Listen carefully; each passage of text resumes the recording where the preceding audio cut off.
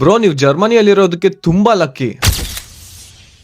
October 29, 2020 corona time ಅಲ್ಲಿ ನನ್ ಇಡೀ ಜೀವನನ 3 ಸೂಟ್ ಕೇಸಲ್ಲಿ ಪ್ಯಾಕ್ ಮಾಡ್ಕೊಂಡು ಬೆಂಗಳೂರಿಂದ ಹೊರಟೆ. ನಾನು ಇಷ್ಟಪಟ್ಟಿರೋ ಜನ, ನಾನು ಇಷ್ಟಪಟ್ಟಿರೋ ಜಾಗ ಇದೆಲ್ಲ ಬಿಟ್ಟು ಹೋಗ್ಬೇಕಾದ್ರೆ ಇಷ್ಟು ಬೇಜಾರಾಗುತ್ತೆ ಅಂತ ಅನ್ಕೊಂಡಿರ್ಲಿಲ್ಲ. ಹೊಸ ದೇಶ, ಹೊರಲಾರ್ದಷ್ಟು ಭಾರ, ಹೊಸ ಊರು, ಹೊಸ ಕ್ವಾರಂಟೈನ್ ರೂಲ್ಸ್, ಹೊಸ ಭಾಷೆ, ಹೊಸ ವೆದರ್, ಲೆಕ್ಕ ಹಾಕಿ ತಗೊಳ್ಳೋ ದಿನಸಿ ಐಟಮ್ಗಳು, ಸಂಬಳ ಬರ್ದೇ ಇರೋ ವಿದ್ಯಾರ್ಥಿ ಜೀವನ, ಹೊಸ ಆಕರ್ಷಣೆಗಳು, ಪೋಷಕರಿಲ್ಲದ ಹಬ್ಬಗಳು, ಯೂಟ್ಯೂಬ್ ನಿಂದ ಕಲಿತ ಅಡುಗೆಗಳು, ಹೊಸ ಸ್ನೇಹ ಸಂಬಂಧಗಳು, ನಿದ್ದೆಗೆಟ್ಟು ಓದಿದ ರಾತ್ರಿಗಳು, ಡಿಪ್ರೆಷನ್ ಆದಾಗ ಓಡಾಡಿದ ರೋಡ್ಗಳು, ಆರೋಗ್ಯ ಕಾಪಾಡುವ ಜವಾಬ್ದಾರಿಗಳು, ಕೊನೆಗೂ ಮುಗಿದ ವಿದ್ಯಾಭ್ಯಾಸ, ಗಂಟು ಮೂಟೆ ಕಟ್ಟಿದ ಕ್ಷಣಗಳು, ಮತ್ತೊಮ್ಮೆ ಹೊಸ ಆರಂಭಗಳು. ಇನ್ಸ್ಟಾಗ್ರಾಮ್ ಅಲ್ಲಿ ನೋಡಿದ್ರೆ ಹೊರದೇಶದಲ್ಲಿರೋ ಭಾರತೀಯರು ಬರೀ ಮಜಾ ಮಾಡ್ಕೊಂಡಿರ್ತಾರೆ ಅಂತ ಅನ್ಸುತ್ತೆ, ಆದ್ರೆ ಅದರ ಹಿಂದೆ ಇರೋ ಕಷ್ಟ ಮತ್ತೆ ಪರಿಶ್ರಮ ಯಾರಿಗೂ ಕಾಣಿಸಲ್ಲ.